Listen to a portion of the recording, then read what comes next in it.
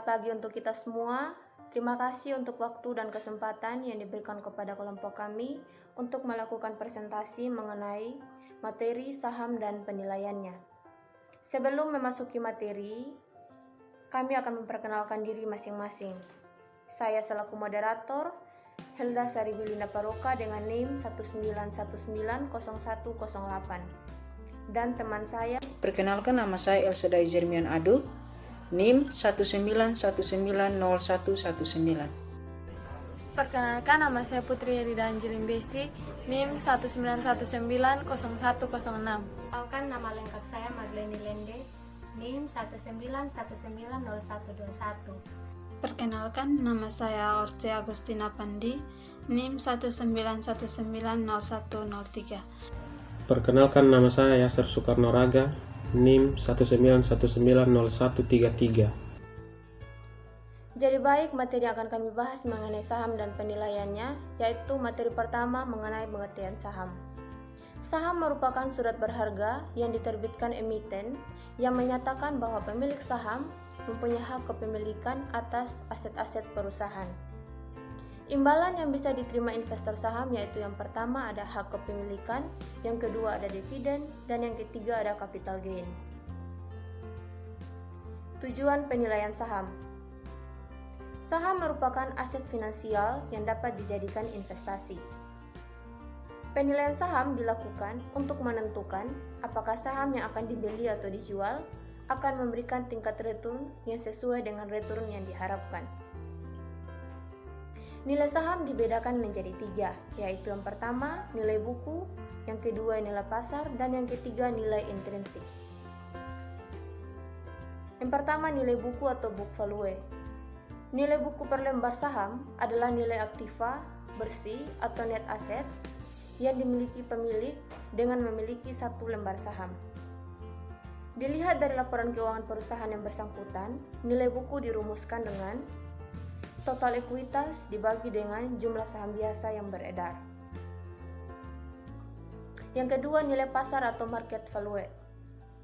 Harga saham di bursa saham pada saat tertentu ditentukan oleh permintaan dan penawaran saham yang bersangkutan di pasar bursa. Yang ketiga, nilai intrinsik atau intrinsic value atau fundamental value adalah nilai sebenarnya atau seharusnya dari suatu saham. Calon investor menghitung nilai intrinsik saham untuk memutuskan strategi investasinya. Jika nilai pasar lebih besar dari nilai intrinsik, maka overvalued dijual. Jika nilai pasar lebih kecil dari nilai intrinsik, maka undervalued dibeli. Oke, materi selanjutnya akan disampaikan oleh teman saya. Baik, saya akan membacakan lanjutan materi dari teman saya. Menentukan nilai intrinsik. Yang pertama, analisis fundamental, yaitu menghitung nilai intrinsik menggunakan data keuangan perusahaan. Yang kedua, analisis teknikal, yaitu menghitung nilai intrinsik dari data perdagangan saham atau harga dan volume penjualan yang telah lalu. Slide yang berikut, analisis teknikal. Yang pertama, terdapat pola pergerakan harga saham yang diyakini akan berulang. Yang kedua, menggunakan grafik atau chart untuk menemukan pola pergerakan harga saham. Yang ketiga, support level, yaitu tingkat kisaran harga pada saat analisis mengharapkan akan terjadi peningkatan yang signifikan atas permintaan saham di pasar, atau lower boundary atau batas bawah.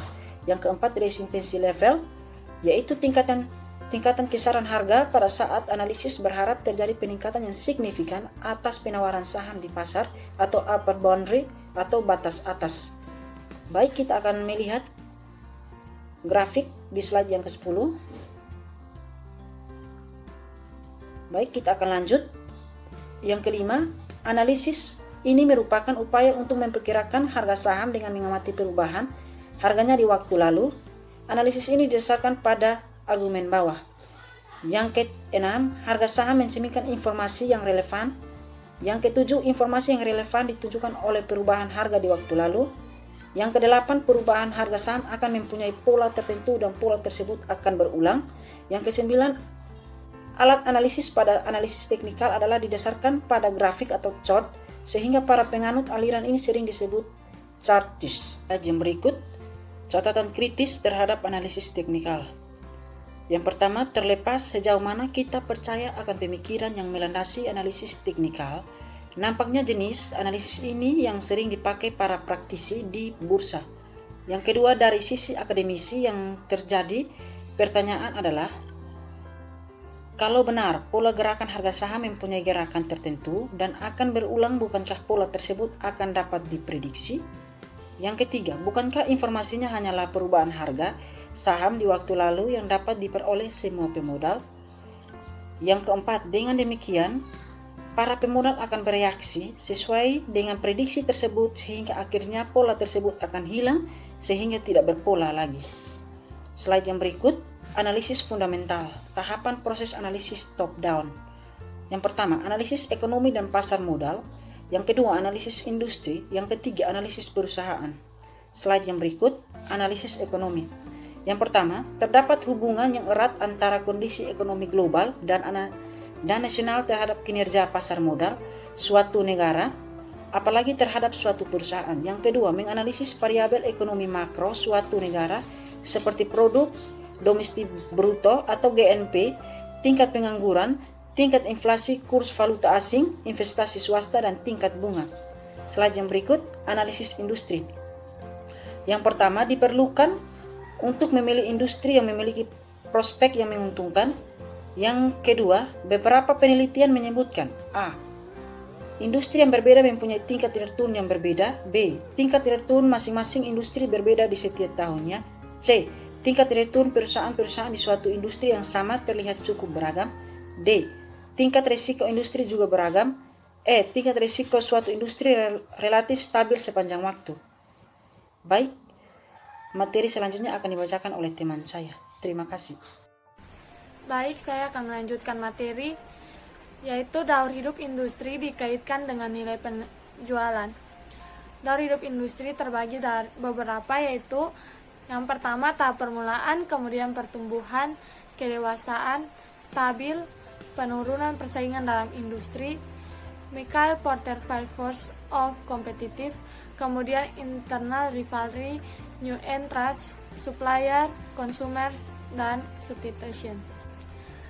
Kita masuk dalam analisis perusahaan. Analisis perusahaan terdiri dari yang pertama analisis fundamental. Ada dua pendekatan dalam analisis fundamental. Yang pertama, present value approach atau capitalization of income method, kemudian price earning ratio approach. Yang pertama, present value approach. Present value approach merupakan nilai saham dihitung dengan mendiskontokan arus kas masa depan yang diterima investor atau diwakili oleh dividen dengan menggunakan rumus PO sama dengan sigma arus kas T per 1 tambah K pangkat T. Yang kedua, price earning ratio approach. Price earning ratio approach merupakan rasio harga pasar saham terhadap laba.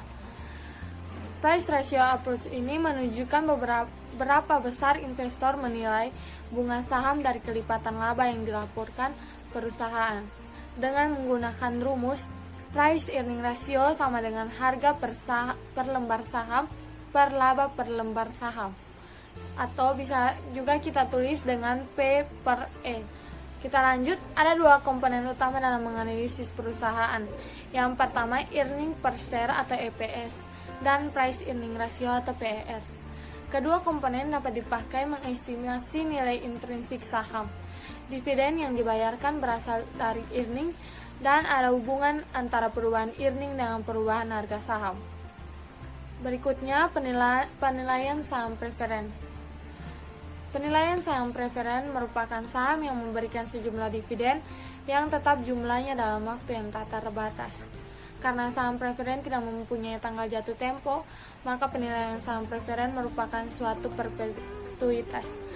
Dapat juga kita rumuskan dalam PO atau nilai saham preferen sama dengan DPS dividen saham preferen per tingkat return yang disyaratkan pada saham preferen. Kita bisa melihat contohnya, yaitu Microsoft mempunyai saham preferen dengan dividen yang dibayarkan sebesar 1.500 tiap tahun. Tingkat return yang diinginkan investor adalah 14%. Berapa nilai sekarang saham preferen? dapat kita masukkan rumus yang tadi, dividen saham preferen bertingkat return yang disyaratkan pada saham preferen.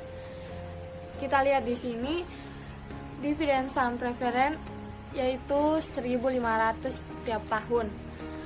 Kita bagi dengan tingkat return yang disyaratkan pada saham preferen dengan 14%, yaitu 0,14. Maka kita mendapatkan hasilnya yaitu Rp10.714,28.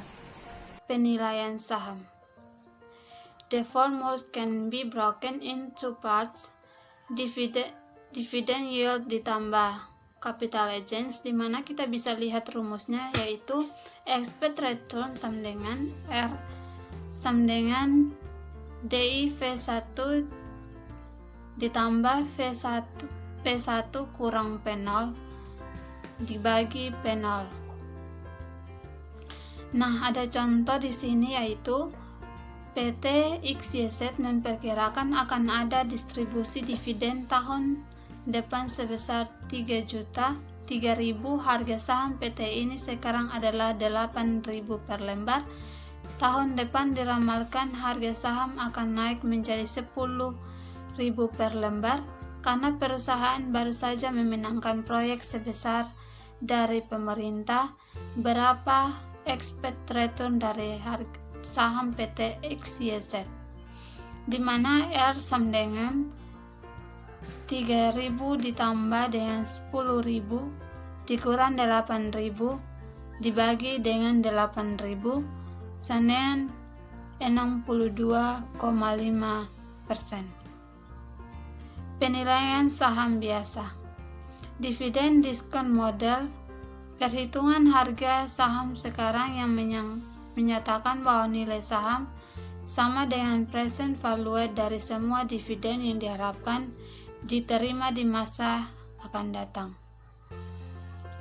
di mana rumusnya yaitu P0 sama dengan DI V1 dibagi 1 tambah R pangkat 1 ditambah DI V2 dibagi 1 ditambah R pangkat 2 ditambah DI VH ditambah PH bagi 1 ditambah R pangkat H time horizon for your investment. Berikutnya penilaian saham biasa. Di sini ada contoh. Diramalkan bahwa PT XYZ akan membayar dividen sebesar $3, 3,24 dolar dan $3,50 untuk 3 tahun yang akan datang.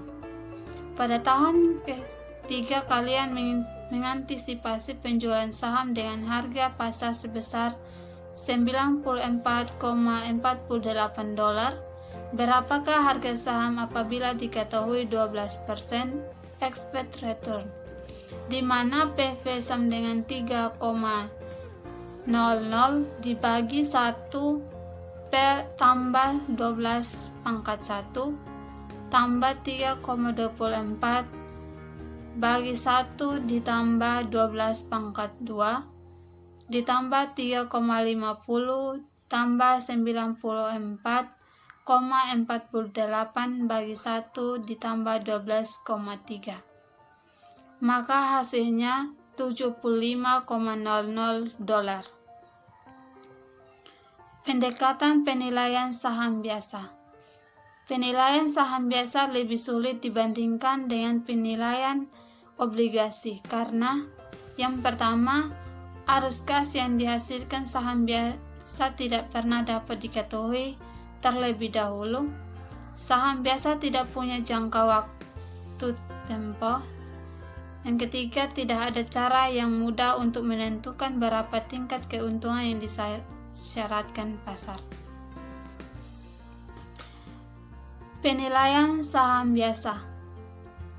Ada 3 model pertumbuhan dividen atau asumsi bahwa jika saham memiliki selamanya, yang biasanya dipakai sebagai model penilaian saham berbasis MDD. Yang pertama, model pertumbuhan nol atau zero growth model. 2. Model pertumbuhan konstan atau constant growth model. 3. Model pertumbuhan tidak konstan atau non-constant growth model. Baik, saya akan melanjutkan materi tentang penilaian saham biasa. Yang pertama ada model pertumbuhan nol atau zero growth model. Model ini berasumsi bahwa dividen yang dibayarkan perusahaan tidak akan mengalami pertumbuhan atau tetap dari waktu ke waktu. Dividen akan dipertahankan pada tingkatnya yang sekarang untuk seterusnya. Di situ kita bisa melihat rumus PV sama dengan D per K. Dan di situ juga ada contoh soal tentang sebuah saham diperkirakan membayarkan dividen tiap tahun sebesar 500.000. Tingkat pengembalian yang disyaratkan adalah 20%, maka hitunglah nilai intrinsik saham tersebut. Dari soal ini kita sudah mengetahui bahwa dividen tiap tahun itu sebesar 500.000 dan tingkat pengembalian yang disyaratkan ada 20%. Langsung kita masuk pada rumus, di mana rumusnya sama dengan PV sama dengan D per K atau PV sama dengan 500.000 per 20%, di mana 20% nya sama dengan 0,2. Jadi PV sama dengan 500.000 per 0,2 sama dengan 2.500. Dari rumus ini kita sudah mengetahui nilai intrinsik saham tersebut sebesar 2.500. Kemudian yang kedua ada dividen bertumbuh secara konstan atau constant growth model. Yang pertama ada dividen tumbuh sesuai dengan tingkat pertumbuhan perusahaan. Kemudian yang kedua, model ini mengasumsikan bahwa dividen tumbuh pada suatu tingkat tertentu atau konstan. Kemudian yang ketiga, model ini cocok untuk perusahaan yang matur dengan pertumbuhan yang stabil. Dan di situ juga ada rumus tentang dividen bertumbuh secara konstan, di mana rumusnya P0 sama dengan D0 1 tambah G per KS kurang G, di mana P0 nya sama dengan harga saham, D0 nya yaitu nilai dividen terakhir, G nya yaitu tingkat pertumbuhan perusahaan, KS nya sama dengan tingkat keuntungan yang disyaratkan pada saham tersebut. Model ini disebut Gordon Model sesuai dengan nama penemunya, yaitu Myron G. Gordon. Di situ kita bisa melihat contoh. Dengan menggunakan Gordon Model, kita dapat menghitung harga saham A apabila diketahui dividen terakhir adalah 1,82. Tingkat pertumbuhan perusahaan diperkirakan sebesar 10%. Investor mensyaratkan retur sebesar 16%. Berapa harga saham A tersebut? Dari contoh ini kita bisa menggunakan rumus constant growth atau Gordon Model, yaitu rumusnya P0 sama dengan D0 1 tambah G per KS kurang G, di mana D0 nya sama dengan 1,82, 1 ditambah G nya sama dengan 10%, 10% sama dengan 0,10 per KS nya sama dengan 16%. 16% sama dengan 0,16 dikurang G yaitu 0,10. Jadi hasilnya yaitu 33,33. Kemudian yang ketiga, dividen tumbuh secara tidak konstan atau non-constant growth rate. Umumnya tingkat pertumbuhan dividen tidak konstan karena kebanyakan perusahaan-perusahaan mengalami life cycles or early faster growth, faster than economic than match rate, economic growth, dan slower than economic growth. Kemudian kita bisa melihat langkah-langkah perhitungan non-constant growth, yaitu yang pertama menentukan estimasi pertumbuhan dividen, yang kedua menghitung present value dividen selama periode di mana dividen tumbuh tidak konstan. Kemudian yang ketiga menghitung nilai saham pada periode pertumbuhan tidak konstan. Yang keempat, menjumlahkan 2 dan 3 untuk mendapatkan P0 atau nilai saham. Oke, terima kasih. Materi berikutnya akan dilanjutkan oleh teman saya. Jadi baik, saya akan melanjutkan pembacaan materi, yaitu non-constant growth. Contoh 1. Sebuah perusahaan terbuka selama ini membagikan dividen yang jumlahnya bervariasi. Perusahaan memperkirakan kenaikan pendapatan sebesar 20% per tahun selama 2 tahun mendatang. Tetapi setelah itu, pendapatan akan menurun menjadi 5% per tahun sampai waktu tak terhingga. Pemilik perusahaan menginginkan return sebesar 18%. Dividen terakhir yang dibagikan adalah Rp 200 per lembar. Berapakah harga saham perusahaan tersebut sekarang? Solusi 1. D1 sama dengan DO dalam kurung 1 tambah 0,20 sama dengan 200 dalam kurung 1,20 sama dengan 240. D2 sama dengan DO dalam kurung 1 tambah 0,20 pangkat 2 sama dengan 200 dalam kurung 1,44 sama dengan 288. PV dalam kurung D1, D2 sama dengan 240 per 1 tambah 0,18 tambah 288 per 1 tambah 0,18 pangkat 2 sama dengan 203,39 tambah 206,84 sama dengan 410,23. P2 sama dengan D3 per KS kurang G sama dengan D2 dalam kurung 1 tambah 0,05 per 0,18 kurang 0,05 sama dengan 302,40 per 0,18 kurang 0,05 sama dengan 2326. PVP sama dengan 2326 per dalam kurung 1 tambah 0,18 pangkat 2 sama dengan 1670,5. PO sama dengan 410,23 tambah 1670,5 sama dengan 2080,73. Contoh 2. Sebuah perusahaan Yahoo selama ini membagikan dividen yang jumlahnya berbeda sesuai dengan pertumbuhan perusahaan. Perusahaan memperkirakan kenaikan pendapatan sebesar 30% per tahun selama 3 tahun mendatang. Tetapi setelah itu pendapatan akan menurun menjadi 10% per tahun untuk selamanya. Pemilik perusahaan menginginkan return sebesar 16%. Dividen terakhir yang dibagikan adalah 1,82 per lembar. Berapakah harga saham tersebut sekarang? Solusi 2. DO sama dengan 1,82. D1 sama dengan DO dalam kurung 1,030 sama dengan 1,82 dalam kurung 1,30 sama dengan 2,366. D2 sama dengan 1,82 dalam kurung 1 tambah 0,30 pangkat 2 sama dengan 3,070. D3 sama dengan 1,82 tambah 1 tambah 1 tambah 1 tambah 0,30 sama dengan 3,999. D4 sama dengan 3,999 dalam kurung 1 tambah 0,10 sama dengan 4.399.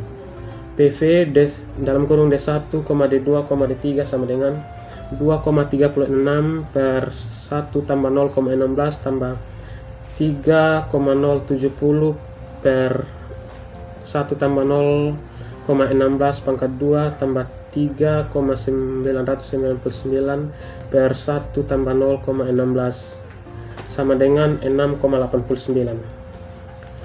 P3 sama dengan D4 per KS kurang G sama dengan 4,399 per 0,16 kurang 0,10 sama dengan 73,32. PVP sama dengan 73,32 per 1 tambah 0,16 sama dengan 46,97. Jadi harga saham adalah P0 sama dengan PV dalam kurung D1, D2, D3 tambah PVP sama dengan 6,89 tambah 46,97 sama dengan 53,86. Yang berikut waran. Suatu opsi yang dikeluarkan oleh suatu perusahaan yang memberikan hak kepada pemegangnya untuk membeli sejumlah lembar saham pada harga yang telah ditentukan. Biasanya waran diterbitkan bersama obligasi sebagai bonus karena membeli obligasi. Sebagai pemanis retainer penerbitan obligasi. Yang terakhir ada right issue. Para pemegang saham mempunyai hak absen untuk membeli sejumlah saham baru. Setiap pemegang saham mempunyai satu right untuk setiap lembar saham yang dimiliki. Apabila pemegang saham tidak ingin membeli tambahan saham baru, maka ia bisa menjual right-nya ke orang yang mau membeli saham tersebut. Demikian hasil diskusi kami. Semoga apa yang kami sampaikan tadi bisa dilihat oleh teman-teman. Terima kasih.